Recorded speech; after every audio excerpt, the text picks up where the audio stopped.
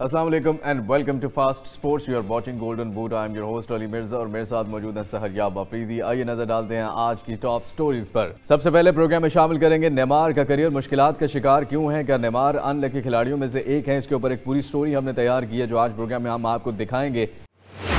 इसके साथ Europa league में मैनचेस्टर यूनाइटेड और सेविया के दरमियान मैच जो है वो 2-2 गोल से बराबर हो गया है और यूरोपा लीग के दूसरे मैच में यूवेंटस ने स्पोर्टिंग को 1 गोल से नॉकआउट कर दिया। यूरोपा लीग के एक और मैच में यूनियन एसजी और लेवरकुसेन के दरमियान मुकाबला जो है वो 1-1 गोल से बराबर रहा। यूएफा यूरोपा लीग के अगले मैच में फेनोर्ड ने रोमा को 0-1 से आउट क्लास कर दिया। यूएफा यूरोपा लीग में एंडरलेक्ट ने एजी को 0-2 से पछाड़ लिया। यूएफा कॉन्फ्रेंस लीग फ्योरेंटीना की पोज़दान पर गोल्स की बरसात 4-1 से मैच अपने नाम कर लिया। यूएफा कॉन्फ्रेंस लीग बासिल और नीस के दरमियान मुकाबला 2-2 गोल से बराबर और यूएफा कॉन्फ्रेंस लीग के एक और मैच में वेस्ट हैम और गेंट के दरमियान मुकाबला 1-1 गोल से बराबर रहा। इंग्लिश प्रीमियर लीग में टॉटनहम और बोर्नमथ होंगी आमने सामने और इस वीकेंड पर आप देख सकेंगे इंग्लिश प्रीमियर लीग चेल्सी और ब्राइटन की टीमें एक दूसरे का मुकाबला करेंगी। इंग्लिश प्रीमियर लीग में इसी वीकेंड आर्सेनल और वेस्ट हैम का जोड़ पड़ेगा। मैनचेस्टर यूनाइटेड टकराएगी नॉटिंघम फॉरेस्ट से। इंग्लिश प्रीमियर लीग में मैनचेस्टर सिटी और लेस्टर सिटी होंगी इन एक्शन। अब बात करें स्पेनिश लीग की तो रियल मैड्रिड कैडिज के साथ अब पंजा आजमाएगी और ला लीगा में बार्सिलोना का होगा गेटाफे के साथ मुकाबला। और अब सीरिया की बात करेंगे। सीरिया में मिलान जो है वो बोलोनिया के साथ अपना मैच खेलेगी और सीरिया में नेपोली का होगा हेल्स वेरोना के साथ मुकाबला। सीरिया के एक और मैच में इंटर टकराएगी मोन्जा के साथ। जर्मन लीग की अगर बात करें तो जर्मन लीग में बायर्न म्यूनिख का पड़ेगा होफनहाइम के साथ जोड़।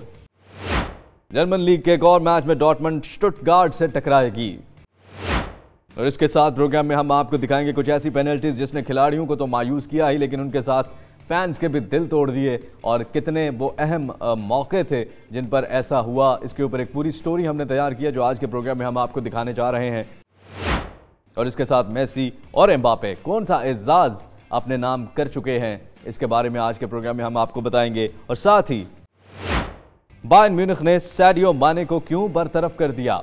अब हम बात करेंगे मैनचेस्टर यूनाइटेड और सेविया के दरमियान जो मैच हुआ है यूरोपा लीग का और यहाँ पे हैरान कुन तौर पर सेविया ने ये मैच बराबर कर दिया है और ये बराबरी जो है वो मुझे तो उनकी फतह ही लगती है क्योंकि यूनाइटेड जैसे टीम के अगेंस्ट 2-2 गोल से बराबर करना मैच। मैनचेस्टर यूनाइटेड सेविया के दरमियान मैच जी हाँ 2-2 गोल से बराबर। अफरीदी बहुत अच्छा खेल गई है सेविया। यहाँ वो जो ऑन गोल हो गए सेविया को मिल गए उसका थोड़ा एडवांटेज मिला और उस वजह से बराबर करने में कामयाब हुई है। ओवरऑल तो मैनचेस्टर यूनाइटेड बहुत अच्छा खेली पूरे मैच में। उनको इवन मैनेजर ने भी खुद कहा कि 4-5 गोल हमें करने चाहिए थे और होने भी चाहिए थे। आप देखिए वो एक तो अनलकी भी रहे कि एंथनी का जो शॉट था वो पोस्ट से अंदर वाली पोस्ट की पे लग के वापस आ गया।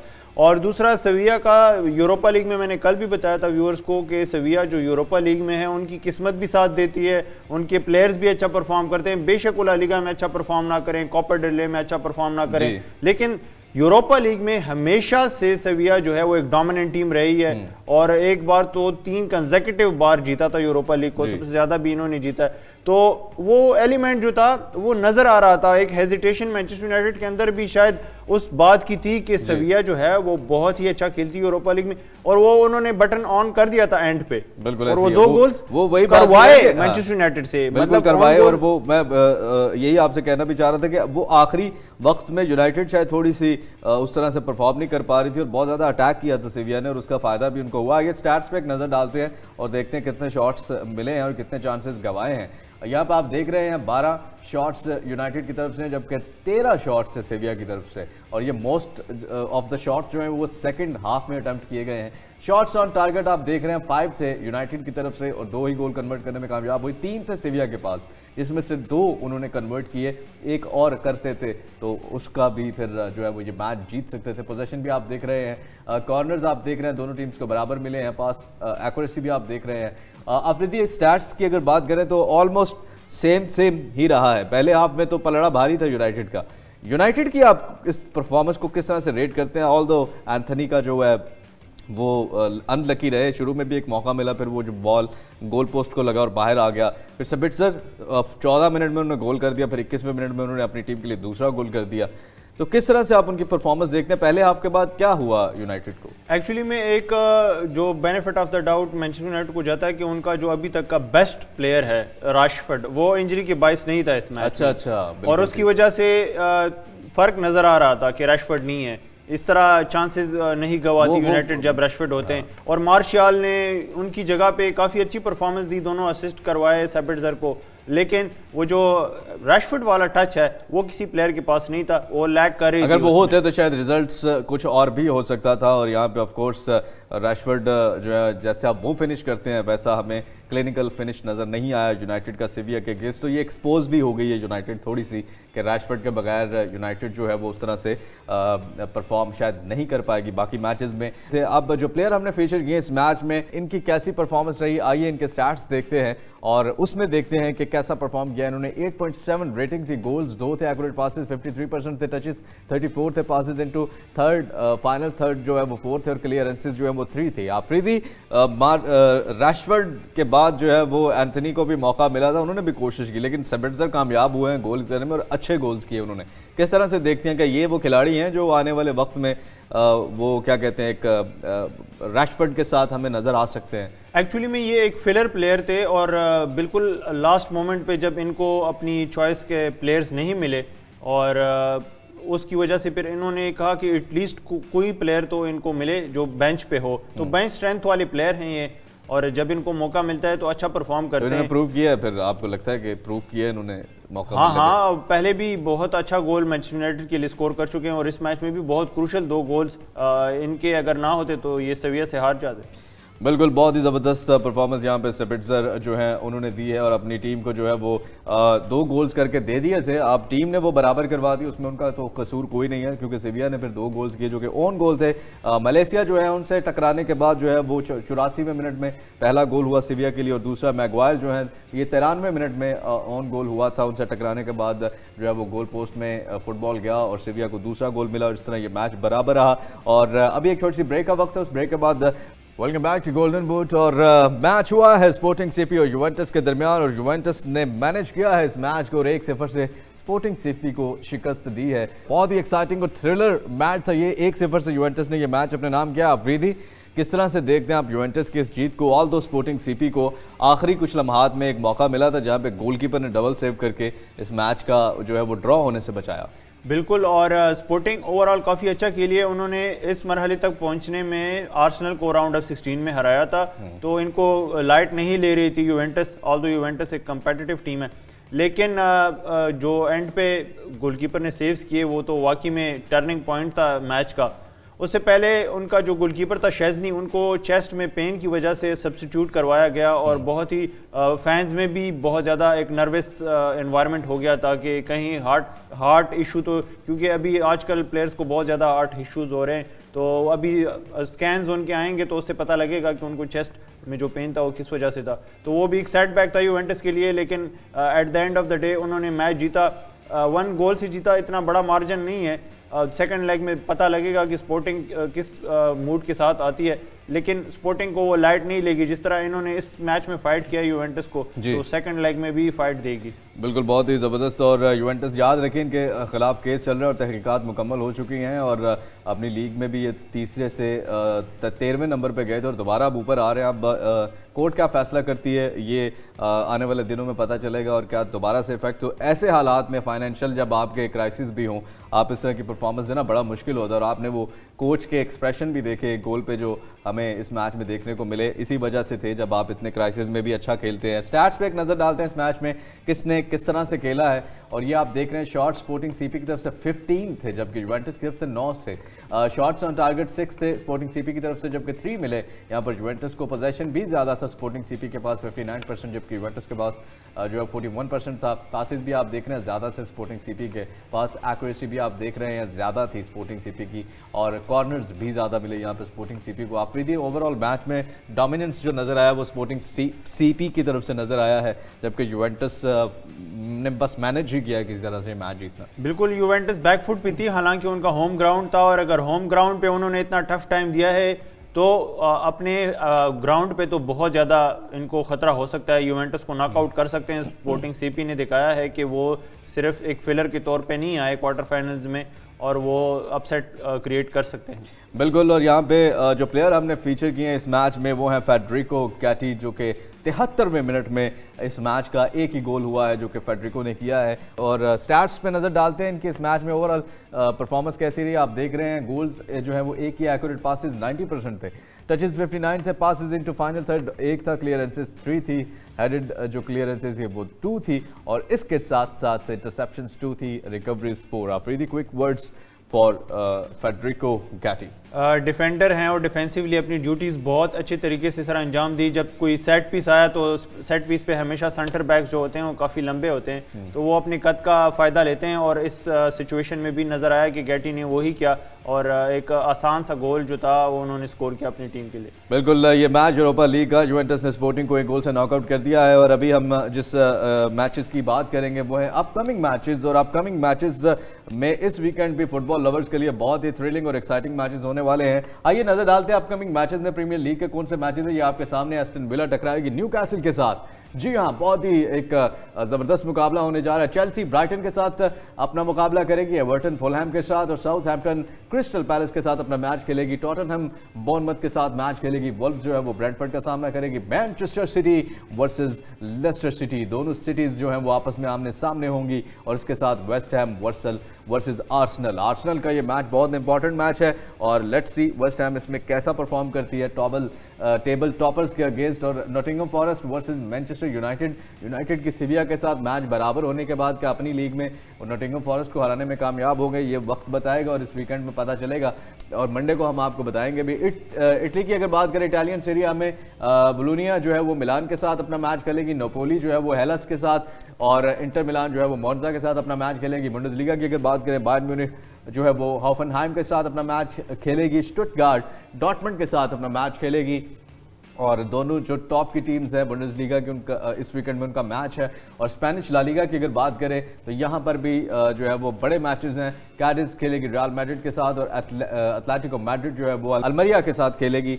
क्या रिजल्ट्स होंगे इन मैचेस के, और मंडे को जो भी रिजल्ट्स होंगे ऑफ कोर्स हम प्रोग्राम में शामिल करेंगे। यहाँ पर प्रोग्राम में शामिल करेंगे ट्वीट। सबसे पहली ट्वीट हमारे पास कौन सी है और क्या चल रहा है? अल नसर आजकल बहुत खबरों में, और यहाँ पे Al Nassr are targeting Zidane and Jose Mourinho as a next manager after sacking Rudi Garcia. और रोनाल्डो के साथ जब नहीं बनेगी आपके कोच की, और वो भी अल नसर में, तो फिर जो है वो आपको सैक कर दिया जाएगा। और यहाँ पर ये अच्छी बात है कि जोसे मौरिन्यो को कल हमने बताया था, और जिडान अगर आ जाते हैं सऊदी लीग में और अल नसर के लिए, ओ हो फिर तो मैं कहता हूँ कमाल ही हो जाएगा। आफरीदी, आपको क्या लगता है?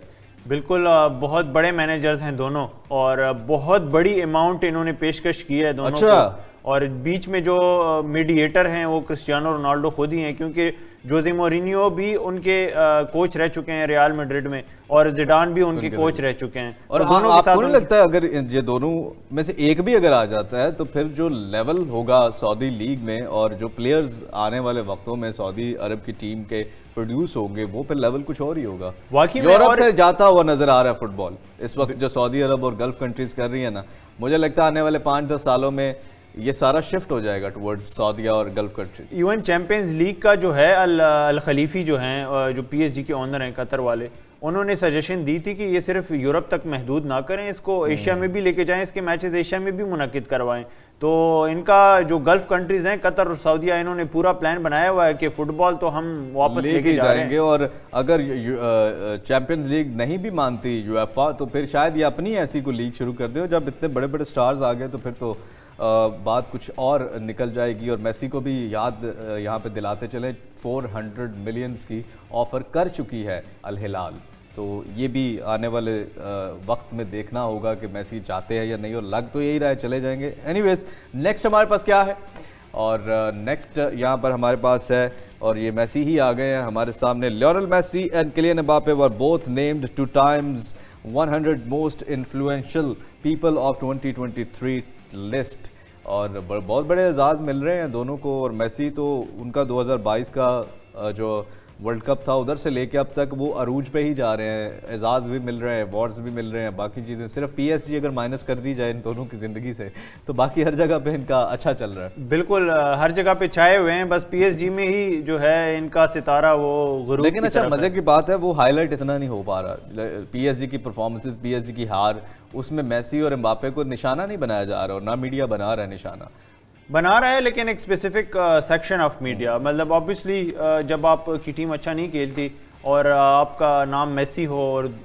दूसरे का नाम किलियन एम्बापे हो जो कि दुनिया के बेस्ट प्लेयर्स हो, तो वो फिर टारगेट तो होते ही हैं कि बिल्कुल। जी हाँ, लेकिन ये एक और एजाज़ अपने नाम कर लिया है मेसी और किलियन एम्बापे ने। नेक्स्ट हमारे पास क्या है आइए आपको दिखाते हैं, और नेक्स्ट ये आप देख रहे हैं ये भी एम्बापे से रिलेटेड है, बहुत खूबसूरत ये gesture. Kylian Mbappe took part in a charity football match with hospitalised children जो हैं उनके साथ उन्होंने ये किया है। आफरीदी किस तरह से देखते हैं ऐसे जेस्चर एक यंग प्लेयर की तरफ से, टैलेंटेड प्लेयर की तरफ से? जी बिल्कुल, हमें हमेशा ही किलियन एम्बापे जो हैं वो इस तरह के कामों में आगे बढ़ चढ़ के हिस्सा लेने वाले नज़र आते हैं। पिछले दिनों भी एक चैरिटी में गए थे और इस लिहाज से बहुत ही अच्छे हैं। मतलब कुछ लोग इनके मीडिया में, कुछ सेक्शन ऑफ मीडिया जो है इनको एरोगेंट कहता है, लेकिन अगर आप इनको देखें तो हमेशा से ये मतलब न्यूट्रिशन के हवाले से भी इन्होंने बेवरेजेस को मना किया हुआ है, और स्पॉन्सरशिप, पैसे आने हैं उनसे लेकिन स्पॉन्सरशिप भी नहीं लेते। अच्छा। जो हेल्थ के अगेंस्ट जो कंपनीज हैं, बेटिंग कंपनीज को भी इन्होंने ना की हुई है, और चैरिटीज में भी हमेशा, शायद नहीं पता व्यूअर्स को, ये बड़ी जबरदस्त बातें हैं। और इसी तरह और क्या आप कह रहे हैं, चैरिटीज में भी हमेशा जाते हैं, और मतलब पैसा एक बहुत ही में कहीं ना कहीं ये चीज़ का भी तो रोल होता है कि आप एज ए इंसान कितने अच्छे इंसान हैं। आपकी जो फील्ड पे परफॉर्मेंस है, हार्डवर्क, पैशन तो है, लेकिन आप वैसे कितने अच्छे हैं वो भी इफेक्ट करती है आपकी परफॉर्मेंस में। आपको लगता है ऐसा है? हाँ बिल्कुल ऐसा ही है। और दूसरा ये एक इम्पॉर्टेंट फैक्टर है कि आपका अगर आप बहुत भी अच्छे हैं लेकिन अगर आपका मीडिया के साथ ताल्लुक अच्छा नहीं है और आप उनको ट्रीट नहीं करें तो आपको बुरा ही दिखाएगी। हालांकि एम्बापे एज अ ह्यूमन, उनकी आप अगर पर्सनल लाइफ देखें कि वो किस तरह ट्रीट कर रहे हैं इन चीज़ों को, बहुत ही एक अच्छे इंसान। लेकिन मीडिया जो है क्योंकि उनको वो उस तरह से टाइम नहीं दे पाते, या देने से मुराद जैसी मीडिया की मंशा है वैसे जवाब नहीं उनसे मिलते, तो शायद इस वजह से मीडिया पे उनको थोड़ा सा टारगेट किया जाता है। नेक्स्ट हमारे पास क्या है जी, नेक्स्ट आपको दिखाते हैं। और नेक्स्ट ये बड़ी ज़बरदस्त एक खबर आई है, और साने ने माने को क्या कहा है यहाँ पे। Bayern Munich star Leroy Sane asked the club not to sack Sadio Mane. याद रखिए व्यूवर्स, सैडियो माने ने साने को जो है वो थप्पड़ मारा था, और सैडियो माने वैसे बड़े कूल माइंड के बंदे हैं और बड़े ज़बरदस्त इंसान हैं, लेकिन ये थप्पड़ मारा था इसके बारे में पहले भी बता चुके हैं। तो इस पे सैक करने का जो है वो सोच लिया था बायर्न म्यूनिख ने। अब जिन्होंने खाया है वो खुद आफरीदी कह रहे हैं कि सैक मत करें। जी बिल्कुल, बहुत ही अच्छा जेस्चर साने का भी है, क्योंकि उनको भी पता है कि माने जो है हीट ऑफ द मोमेंट एक चीज़ हुई थी, उन्होंने कुछ ऐसे कहा था, अल्फाज कुछ यूज़ किए थे जो जिस पे माने को गुस्सा आया, उनसे बर्दाश्त नहीं हुआ। वैसे भी सीनियर है शायद उनसे, और सीनियर भी हैं ऑब्वियसली, हाँ वो भी एक फैक्टर है। दूसरा एक बहुत ही अच्छे इंसान है ओवरऑल। जी हाँ बिल्कुल, बहुत ही अच्छे इंसान है, और शायद यही वो वजह है साने ने इस चीज़ को अंडरस्टैंड किया है, और उसने क्लब को कहा कि आप उनको सजा के तौर पे लाइक जुर्माना या कोई भी आपकी रूल, सिर्फ एक मैच से, सॉरी इंटरप्ट करने के लिए, एक मैच का उनके ऊपर पाबंदी लगा दी है, लेकिन परमानेंट सस्पेंशन नहीं की। बिल्कुल ये, और आई थिंक वैसे बायर्न म्यूनिख के लिए भी आसानी पैदा कर दी साने ने कि वो भी इस तरह का डिसीजन लेना नहीं चाह रहे होंगे कि सैडियो मैने जैसा प्लेयर को वो निकाल दे। हाँ, और अभी ही इस समर ही खरीदा था उन्होंने। बिल्कुल, और ये अच्छा एक हुआ है बायर्न म्यूनिख के लिए, और ये मामला रफा दफा हो जाएगा इंशाल्लाह। ये आज के प्रोग्राम में कुछ वीडियोस, कुछ खबरें, कुछ स्टोरीज जो हमने आपके साथ शेयर की हैं। इंशाल्लाह वीकेंड है और इसमें बड़े ही ज़बरदस्त मैचेस होने वाले हैं। उसके बाद मंडे को हम आपको ज्वाइन करेंगे दोबारा से इन मैचेस के साथ, कुछ और स्टोरीज़ के साथ और कुछ लेटेस्ट हैपनिंग के साथ। आज के प्रोग्राम से अपने मेज़बान अली मिर्ज़ा और सहरयाब आफरीदी को इजाज़त दीजिए। आप देखते रहिए fast sports, home of champions. अल्लाह हाफिज़।